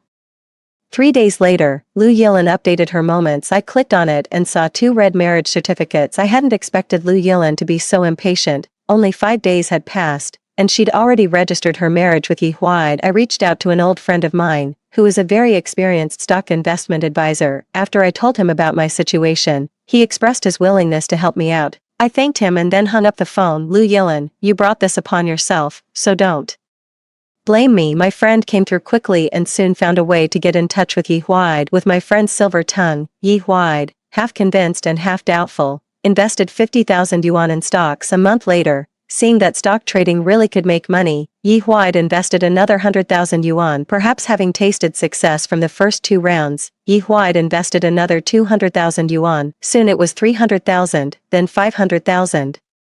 Then 1,000,000. Money poured in like water, and he stopped caring about his company. Ji Huide had no idea that stock trading could make you money or lose it. Within 6 months, every penny he had invested was wiped out. By then, Ji Huide had become obsessively fixated on stock trading. He not only sold off his company shares but also took out over 10 million in high-interest loans without exception. All the money he poured in went down the drain because Ji Huide had borrowed over 10 million. Debt collectors soon seized his company. Only then did Ji Huide wake up, and he immediately drove to the company. And that company, the Chow Group which I had transferred to him, was nothing more than an empty shell, something he had no idea about. In less than 10 days, the Chow Group I had transferred to him declared bankruptcy. Ji Huide was drowning in debt, and when the bank saw he couldn't repay the money, they took him to court. Only then did Ji Huide realize that I had tricked him. He tried to call me, only to find that I had blocked him. There was no way around it. Without money, the court had no choice but to order the company to be auctioned off. A month later, I heard that Ji Huide had taken out a loan from loan sharks again. Only this time, instead of investing in stocks, he had sunk into gambling. Rumor had it that he made a fortune at first, but then he just kept losing and losing, until he had gambled away every last cent, and still, he couldn't stop. Ji Huide had not only become a penniless loser but also owed millions in gambling debts. Due to lack of money, Yi Tianyou's medical treatment and hospitalization fees had to be suspended. The hospital would not treat a patient for free, and coupled with Lu Yilin's poor online reputation, they soon kicked Yi Tianyou out. The family of 3 crammed into a shabby, tiny rental apartment, living a life even worse than ordinary people. I knew the opportunity had come, so I immediately sued Lu Yilin, demanding the return of the marital property between Ji Huide and me, totaling over 2 million. Lu Yilin was dumbfounded. She had less than 1,000 yuan to her name. Where could she possibly find the money to pay me back? Ji Huide's gambling debts, plus the marital property Lu Yilin owed me, added up to over 10 million. Crushed by the enormous debt and Yi Tianyou's medical bills, the two could barely breathe and had no choice but to go out and look for work. As for whether they actually found jobs, I have no idea. Half a month later, Ji Huide and Lu Yilin made the headlines. Unlike the previous trending topic of domestic violence involving Lu Yilin, this time it was 2 mutilated, bloody corpses. It was said that by the time the police arrived, both had already died. Even their son, Yi Tianyou, had died right beside them. According to the autopsy report, Ji Huide and Lu Yilin had been drugged with sleeping pills, rendering them unable to resist, before Yi Tianyou stabbed them to death with a fruit knife. Each was stabbed nearly 36 times, causing death by excessive blood loss. Only Yi Tianyou himself died by suicide. Although Ji Huide was a scoundrel, he was genuinely good to Yi Tianyou. Over the past 6 months, even though Yi Tianyou's legs could not be fully healed, the injuries on his hands had mostly recovered. However, perhaps even Ji Huide himself did not know that the moment Yi Tianyou could pick up a fruit knife, he had already developed murderous intent toward him and Lu Yilin. In the end, the entire family of 3 perished. The vengeance Anan and I sought from our past life was finally fulfilled. Facing the rising sun, I set off on a flight abroad. After the plane landed, I walked out of the airport. When Anan, who was standing with the assistant, saw me, she immediately ran over and threw herself into my arms. "Mommy, you're finally here, Anan missed you so much." I affectionately pinched his chubby cheeks and took his hand as we walked forward. Because of what happened to Ji Huide and his family of 3, I decided not to bring Anan back to China anytime soon. I took Anan to the big villa and started a new life. For the rest of our lives, We will be happy and create a bright future together. The end. Story 2. At the welcome banquet for his first love, Seaehan made me kneel in public and apologize to her, all because I accidentally got some cream on her beautiful dress hem. Later, someone asked him if he had gone too far. He let out a dismissive cold snort, just a sticky piece of toffee no one can shake off. A free maid, making her kneel and apologize was already giving her too much face. Later, I did as he wished and stopped being that sticky toffee, but then, he regretted it. Qingyue,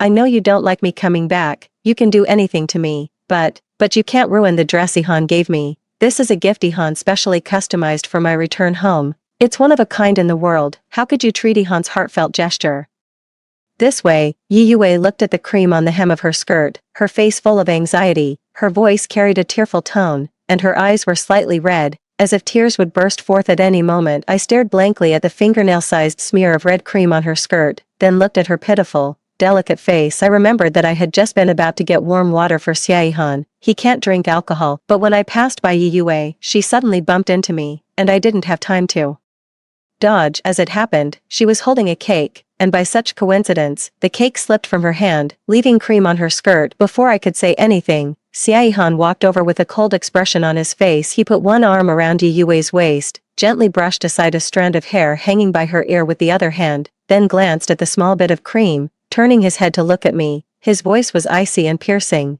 Kneel down and apologize. Hearing Seaehan's words, everyone present looked at me as if watching a show.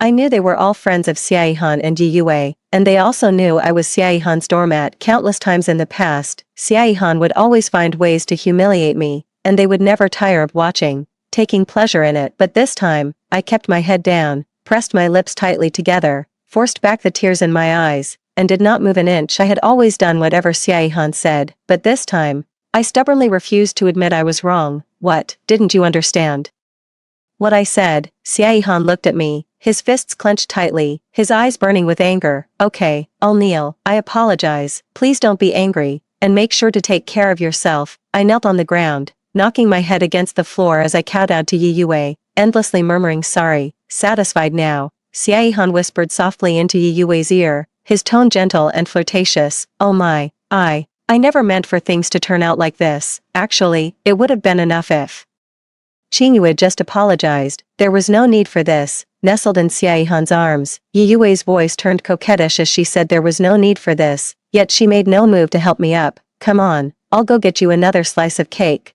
With that, Seaehan put his arm around Yi Yue's waist, didn't even glance at me, and walked straight back to his seat. In the private room, the laughter and chatter soon returned to how it was before, and no one paid any attention to me, still kneeling on the ground and kowtowing. I don't know how long I kept kowtowing, until I felt my forehead going numb and the room started spinning before my eyes. Suddenly, a wave of nausea surged in my stomach. I quickly covered my mouth and ran to the restroom. When I came back from the restroom, they were almost done drinking. I saw Yi Yue leaning into Seaehan's arms, their hazy eyes locked together as if they would cling to each other the next second. 3. I quickly stepped forward and separated them amid the crowd's jeers and laughter. Although I knew Seaehan didn't love me, I still couldn't bear to see the two of them so intimate. I helped Seaehan into the car, took out the keys from my bag, and drove him home. Along the way, Seaehan kept murmuring Yi Yue's name. I didn't want to think about it, nor did I want to hear it, but his voice was like an obsession, constantly drilling into my ears. I finally made it home,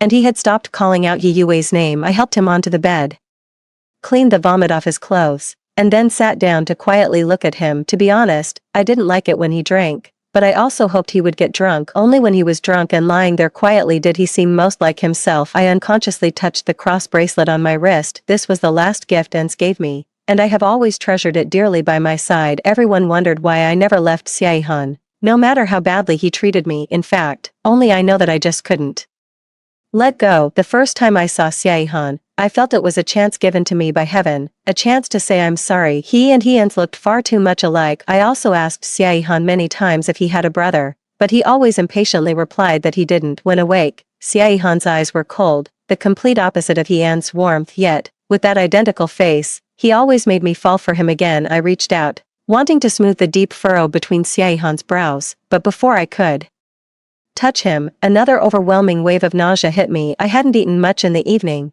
and after throwing up in the private room just now, There was nothing left to bring up except some yellow bile. Looking at my haggard reflection in the mirror, it suddenly dawned on me, my period was late. Could it be that I'm pregnant? But for 10 years, I'd never gotten pregnant. How could this happen? On the very first day Yue returns, I find out I'm expecting. Carrying a heart full of unease, I went to the hospital early the next morning holding that early pregnancy test report. I didn't know whether to be happy or disappointed. I never imagined I would get pregnant, at least, not with Xiaohan's child. After sitting in the hospital corridor for a long time, I finally stood up restlessly, but just then, I saw Xiaohan carefully helping Yue through the door. Instinctively, I hid the test report behind my back and turned to avoid them, but unexpectedly, Yue called out to me first.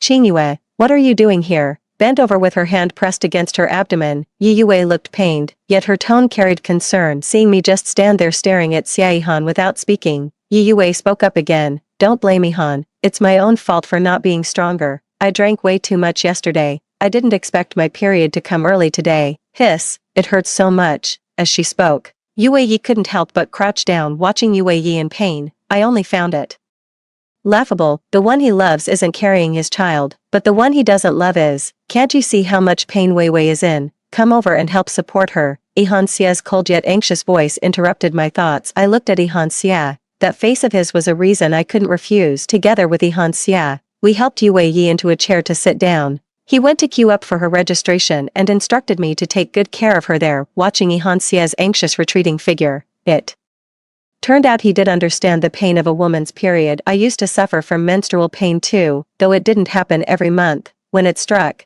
it truly felt like it could kill me. Back then, I only wanted Xiaohan to get me a glass of water, but he just gave me a cold glance, said nothing, and turned away. I comforted myself, thinking that a guy couldn't possibly understand what menstrual pain feels like. "Qingyue, I know you love Ihan, but now that I'm back, isn't it time for you, the third party, to step aside?" Yue dropped her pained expression, smiled at me, yet beneath her eyes was nothing but mockery and chill. So everything she had done just now was an act. Seeing her high and mighty, striking the pose of a victor, I just wanted to escape this place as quickly as possible. Back home, I hid the report in a drawer. Before I could even sit down to rest, Xiaohan called. This was one of the few times he took the initiative to call me. As soon as I answered the phone, I could hear his angry voice on the other end. "Xia Qingyue, where the hell are you? I told you to take good care of Wei, and this is how you do it." Wei is still in a lot of pain. She wants some brown sugar water, but the hospital doesn't have any. Go buy some for her. Before I could say anything, Xiaohan hung up, staring at the phone buzzing with a dial tone. I suddenly didn't want to go anymore. In the past,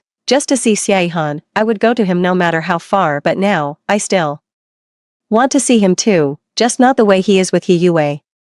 I don't know if he realized that I didn't want to go, but a minute after hanging up, he unexpectedly sent a voice message. "Xia Qingyue, I'm giving you just 10 minutes. If you don't show up, I'll get angry." Hearing Xiaohan's slightly angry voice in the voice message, I had no choice but to grab my phone and rush out the door without delay. He knows I'm most afraid of his anger, so he always uses that excuse to threaten me. And the truth is, I really am afraid of him getting angry, terrified. Even I hurriedly bought some brown sugar water and rushed to the hospital. Just as I was about to push the door open, I heard several voices inside the ward. "Ihan, don't you think you went a bit too far with how you treated Xia Qingyue yesterday? She's like stubborn sticky rice candy, a free babysitter." A kneeling apology was already giving her too much face. Xiaohan's voice was cold and laced with mockery. As soon as he finished speaking, the person who had just asked the question let out a snort of laughter. "Yeah, I've been fawning over Xiaohan for 10 years, and everyone around him knows it. No matter what he does, I always forgive him, just hoping he won't get angry. I know I'm pathetic, but every time I face him, I can't help but give in." When I pushed the door open, the few people who had been smiling all fell silent. I placed the brown sugar water in front of Xiaohan, turned to leave, but then heard a puzzled voice in the hospital room. What's this?" I didn't want to respond, but I felt somehow that I should look back. In the moment I turned my head, I saw it. The person was holding exactly the cross bracelet that was on my wrist. Somehow, I had dropped it on the ground. I reached out to snatch it back, but then, as if suddenly amused, the person tossed it straight into Xiaohan's hand. "Please, give it back to me." I ran up to Xiaohan and begged him humbly, but he only gave me a cold glance, then looked at the bracelet, muttering that it was bad luck. He casually threw it out the window. Watching the bracelet fall like a thrown object, my heart sank to the bottom. No, I ran toward where the bracelet had fallen, but just as I was about to catch it, Xiaihan stopped me. This is the 10th floor. Are you trying to get yourself killed? Watching the bracelet disappear before my eyes, I turned and shoved Xiaihan away hard. Yes, I am trying to get myself killed. That bracelet is my life. Now that it's gone, there's no point in keeping this life either. With that, ignoring everyone's shock, I ran desperately down the stairs. I wasn't sure where the bracelet had fallen, so I searched the ground floor inch by inch. Finally, after dark, I found it in a corner of a sewer drain. I picked it up, carefully wiped away the dirt clinging to it, and seeing that it was completely unharmed, my anxious heart finally settled and, see, I didn't lose it. I returned home with the recovered bracelet, but Xiaihan hadn't come back yet. 7 years ago, I moved in with Xiaihan, and today marks exactly 7 years. Staring at the pitch-dark house, I couldn't help running my fingers back and forth over the bracelet again. After 7 years of living together and 10 years of chasing after him, it's time I woke up. The moment Xiaihan threw away the bracelet, a sudden clarity washed over me. He isn't him, and he never could be. How could my Hyans ever bear to break my heart? This obsession should have been let go 10 years ago. The moment Hyans left me, I looked around once more. This place held every little trace of Xiaihan's life, but Hyans wasn't here. This place was never meant for me. In that moment, I finally woke up. I picked up my phone, booked a last-minute flight, casually packed my few belongings, and without even saying goodbye, I left the place I had called home for 10 years. As soon as I got off the plane, I saw my parents waiting for me. They threw their arms around me, tears and snot streaming down their faces. Xiaoyu, look at you, gone for 10 whole years, only sending an occasional message to say you're safe, never telling us where you are, never coming home to visit. Have you been doing well out there? Have you gone hungry? Have you been cold? Ah, my poor dear, you've really had a hard time. I leaned into my parents' embrace, enjoying a warmth I hadn't felt in a long time, greedily soaking up the tenderness of that moment. 10 years ago, I left just a few lines for my parents and followed Xiaihan to City A. I was so naive back then, thinking this must be another chance heaven was giving me, and that I had to hold on tight to this opportunity. Only now do I realize that all of it was just wishful thinking on my part. After the embrace, my father took my suitcase from my hands, and my mother held my arm, chattering away as we made our way back home. I woke up at home after a restful sleep, and the sunlight felt warm on my skin. I took a shower, put on some light makeup, and opened the closet. That dazzling red dress immediately caught my eye. How long has it been since I last wore red? It seems like it started when I began pursuing Xiaihan. He doesn't like red. He says it's too harsh on the eyes. He prefers me to wear white. In our home, there were mountains of nothing but white clothes, white dresses, white blouses, white t-shirts, white coats. I knew that white was Yi Yue's favorite color. 7 years ago, Yi Yue left without saying a word. Xiaihan searched for her like a man possessed, but could never find her. Later, one night after getting drunk, Xiaihan mistook me for her. That was also when I started living in Xiaihan's home. Every morning, I would get up half an hour earlier than Xiaihan to prepare breakfast for him. I didn't want him to eat takeout, so I would bring him lunch every day, and I would have his dinner ready before he came home. I also took care of all the housework, so during that time, I was always busy with work, busy tidying up the house, busy taking care of Xiaihan. And as for him, as long as he is still here before me, as long as he appears before me safe and sound, the moment I look at his face, all my exhaustion vanishes without a trace. But what Xiaihan didn't know was that, compared to white, I much prefer bright red. My aunts once said that I look best in bright red, as beautiful as a delicate red rose. I took out the red dress from my wardrobe, the one I hadn't worn in a long time, carefully put it on, and kept looking at myself in the mirror. Once I was sure that my usual haggard look had faded, I took out my phone, hailed a cab, and headed to the cemetery. The cemetery was very quiet. Apart from me and the guard at the gate, the only sounds were a few birds chirping. This is where Ants rests in eternal sleep. He and I grew up together as childhood sweethearts. When I climbed trees and tore off roof tiles, he kept watch for me. When I got into fights, he stood by and cheered me on. I thought we would go on like this forever, until that day.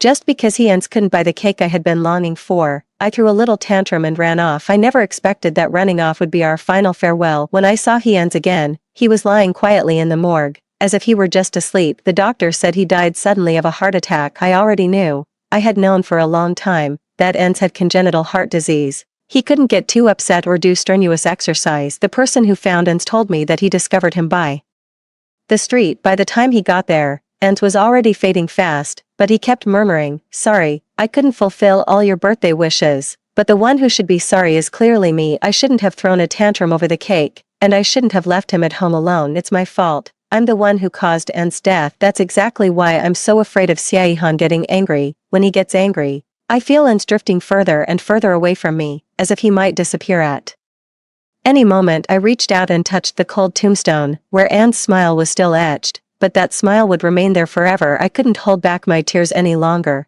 and they began to stream down my face. Just then, my phone rang suddenly, at the most inopportune moment. Xia Qingyue, do you know what time it is? Aren't you coming back yet? I'm starving to death. In WeChat, it was Xiaohan's furious voice. Looking at that profile picture of him with Yi Yue, I suddenly realized it didn't feel as harsh anymore. I didn't reply to his message. I just put my phone back in my bag, but Xiaohan didn't seem willing to let it go. Seeing that I wasn't responding to his texts, he started calling me nonstop. After ignoring several calls, I finally had no choice but to pick up. Xia Qingyue, what do you mean by this? You dare not reply to my texts. You dare not answer my calls. I'm already very angry. Get back here right now. I could hear the anger in Xiaohan's voice growing stronger, but listening to his rage, I suddenly realized there were no ripples in my heart. Xiaohan, I'm tired. Let's just leave it at that. After saying that, I hung up the phone, removed the SIM card, and threw it into the distance, just like how Xiaohan had thrown away my bracelet. And, look, this person is just like you, equally annoying. When I got home from the cemetery,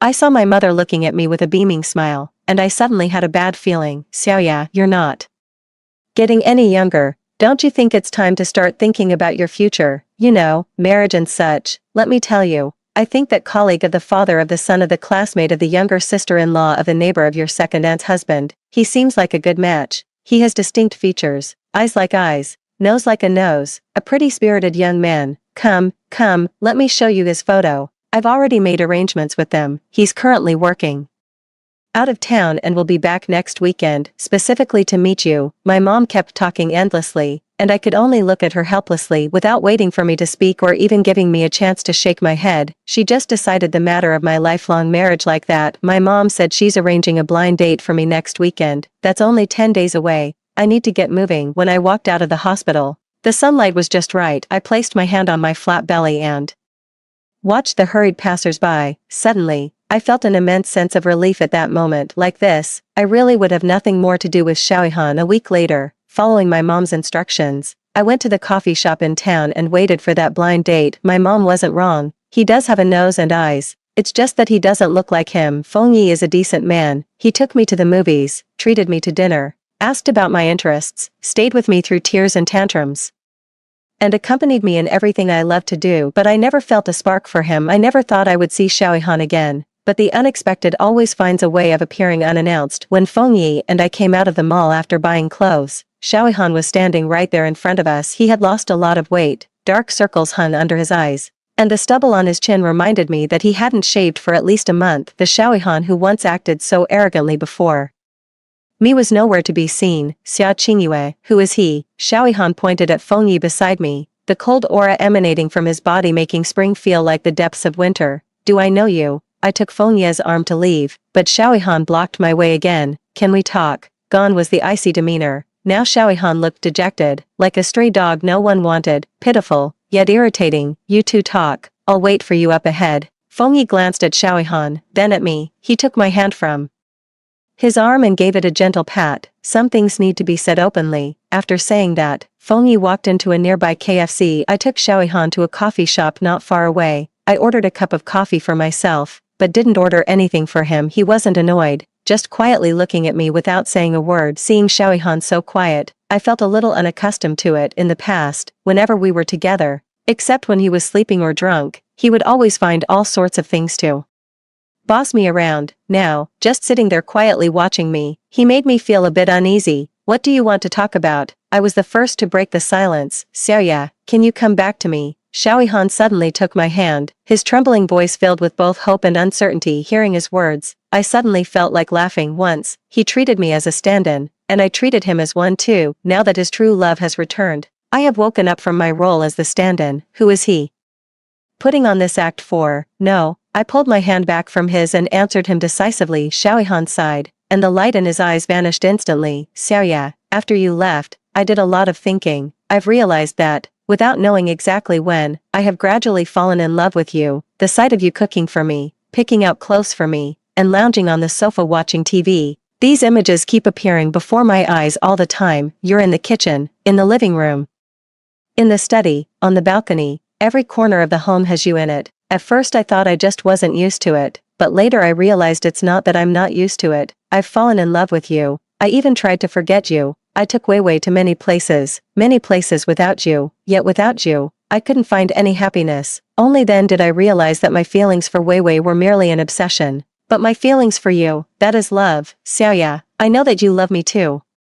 Let's start over, okay, looking at Xiaoyihan's expectant eyes. I suddenly couldn't find the right words to describe how I felt at that moment. He said I love him. Do I love him? Perhaps, after all, having spent 10 years together day after day, it would be a lie to say I have no feelings for him. But as he said, more than love, it might be obsession. My obsession with He-An's. We all search for our own obsessions within each other's fantasies, and now he has chosen to reveal it. Why bother? Xiaoyihan, do you know why I pursued you back then? Watching Xiaoyihan shake his head in confusion, I told him the story of He-An's and me. No, you're lying to me. Tell me, you made up this story just to make me leave, didn't you? Xiaoyihan clutched his head in pain. He didn't believe what I said, or rather, he didn't want to believe it. To make him believe me even more, I took out the photo of He-An's that I always kept in my bag. Look, this is An's. Don't you think you look a lot like him? Or rather, almost exactly the same, looking at An's radiant smile in the photo. Xiaoyihan finally couldn't hold it in any longer and got up and ran out. Yes, we were both just seeking comfort in each other. Why take it so seriously? I walked out of the cafe and found Feng Yi. Is it all over? I looked at Feng Yi and gave a faint nod. Yes, it was all over. Whether it's between me and Xiaoyihan, or between me and Enze, it's time to bring it all to an end. Feng Yi gave me a long, deep look,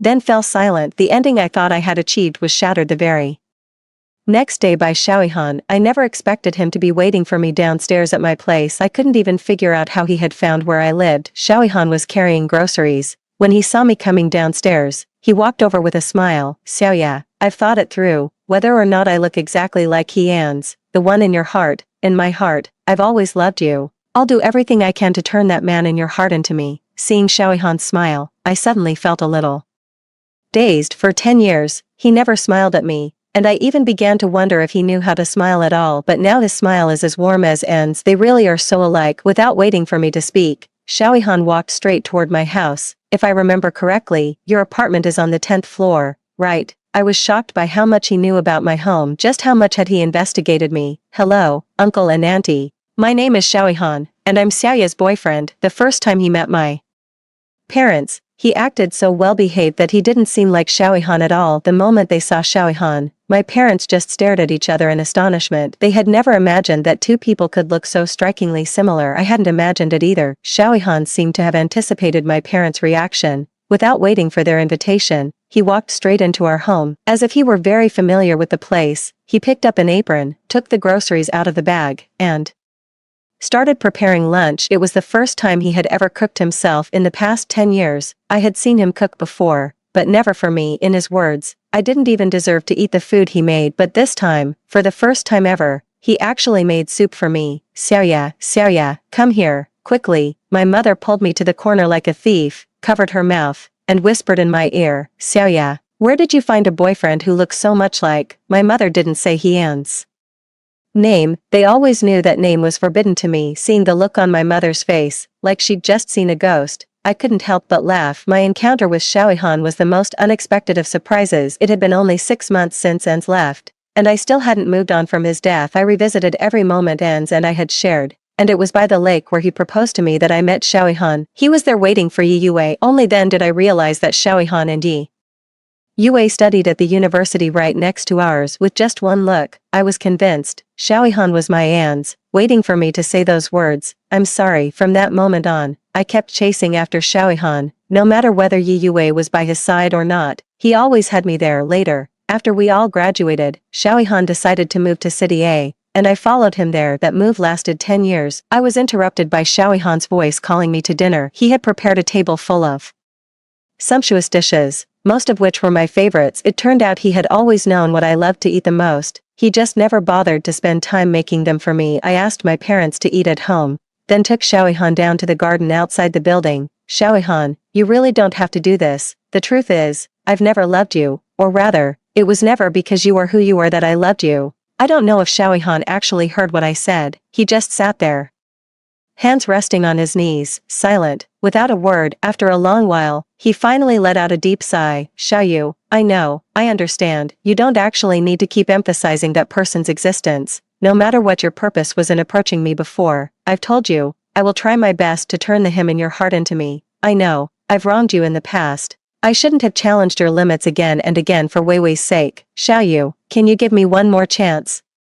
Just one. I really don't want to lose you. Xiaohan's voice grew quieter and quieter, until finally, I almost felt like he was crying. A chance. It felt like I had already given him one during my menstrual cramps, when I was caught in the rain without an umbrella, and when I begged him to stop treating me that way. I gave him countless chances, yet he ignored my pleas just as many times. Now, does he really think we can go back? Looking at Xiaohan sitting in the chair, utterly dejected, I suddenly lost the desire to speak with him any further. The early spring wind still carried a chill. I couldn't help but pull my clothes tighter, stood up, and left without paying any more attention to Xiaohan, who still had his head lowered. But unexpectedly, as I walked out of the garden, I ran into Fengyi, who was on his way to my house. Fengyi had seen Xiaohan and me coming downstairs. He said he had been standing there for a long time. He couldn't make out what we were saying, but he had been thinking about it for a while. I haven't been seeing him for long, and he thinks I'm a very lovely woman, but he and I are just not right for each other. He said he once accidentally saw the photo in my bag, the one I treasure so much. The man in the photo looked very much like the man sitting in the garden. It wasn't that he minded me having a past. Who these days doesn't have a past? He just felt that perhaps that other man was more suitable for me. I know this was just Feng